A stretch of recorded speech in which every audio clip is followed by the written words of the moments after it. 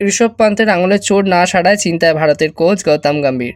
Pant wicket keeping করতে না পারলে দলে নিতে হবে ধ্রুব জুড়েলকে। সেক্ষেত্রে বাদ দিতে হবে করুণ নায়ার, নীতিশ রেড্ডি অথবা ওয়াশিংটন সুন্দরের মতো একজনকে। কিন্তু গম্ভীর অলরাউন্ডার খেলাতে পছন্দ করেন, উপরন্ত বল ও ব্যাট হাতে ভালোই খেলছে নীতিশ এবং ওয়াশিংটন। সেক্ষেত্রে যদি করুণ নায়ার বাদ পড়েন তাহলে কঠিন পরিস্থিতিতে 3 নম্বরে খেলতে হতে পারে ধ্রুব জুড়েলকে। দ্বিতীয় ওয়ানডে ম্যাচে ভারতের মহিলা দল হারলো ইংল্যান্ডের কাছে। বৃষ্টিবিঘ্নিত এই ম্যাচ হয়ে যায় 29 ওভারের এবং ভারত প্রথমে ব্যাট করে 143 রান করে। ইংল্যান্ডের ইনিংসও বৃষ্টিতে বাধা পায় এবং 21 ওভারের খেলা হবার পর 116 রান করে ডিএলএস নিয়মে ইংল্যান্ড ম্যাচ জিতে যায়। 3টে উইকেট নিয়ে ম্যাচের সেরা হন সোফি এক্কেলস্টন। এই ম্যাচ জিতে 3 ম্যাচে সিরিজে 1-1 করে দিল ইংল্যান্ড।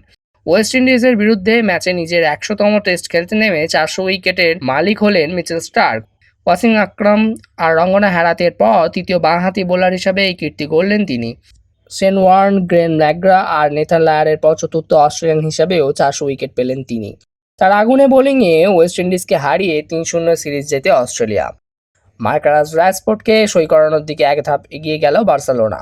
আপাতত এই চুক্তিতে মৌখিকভাবে সকলে সম্মত হয়েছেন। ম্যানচেস্টার ইউনাইটেড থেকে আপাতত লোনে বার্সায় আসতে পারেন রাশফোর্ড। তবে লোন শেষ হলে তাকে কিনে নিতে পারবে বার্সা, এইভাবেই চুক্তি করেছেন স্পেনের ক্লাব। উল্টো দিকে বার্সার প্রতিদ্বন্দ্বী ক্লাব রিয়াল মাদ্রিদ ছাড়তে পারেন ব্রাজিলীয় তারকা ভিনিসিয়াস জুনিয়র। ভিনি অনেকদিন ধরেই তার মাইনে বাড়ানোর পক্ষে দাবি করে আসছেন। বছরে 30 মিলিয়ন ইউরো চান ভিনিসিয়াস, যা আপাতত মেনে নিতে পারছে না রিয়াল। এদিকে সৌদি আরবের অনেক ক্লাবই ভিনিকে কিনতে চায়। 5 বছরের জন্য খেলার পরিবর্তে 1 বিলিয়ন ইউরো দিতেও প্রস্তুত তারা, এবং তার ট্রান্সফারের জন্য রিয়ালকে অফার করা হচ্ছে 300 মিলিয়ন ইউরো। এত পরিমাণ অর্থের অফার নাও ছাড়তে পারে রিয়াল। এবার দেখার তরুণ ভিনিসিয়াস অর্থের জন্য ইউরোপীয় ফুটবল ছেড়ে আরবে পাড়ি দেন কিনা। হুগো একিতিকে দলে নেওয়া প্রায় পাকা করে ফেলল লিভারপুল।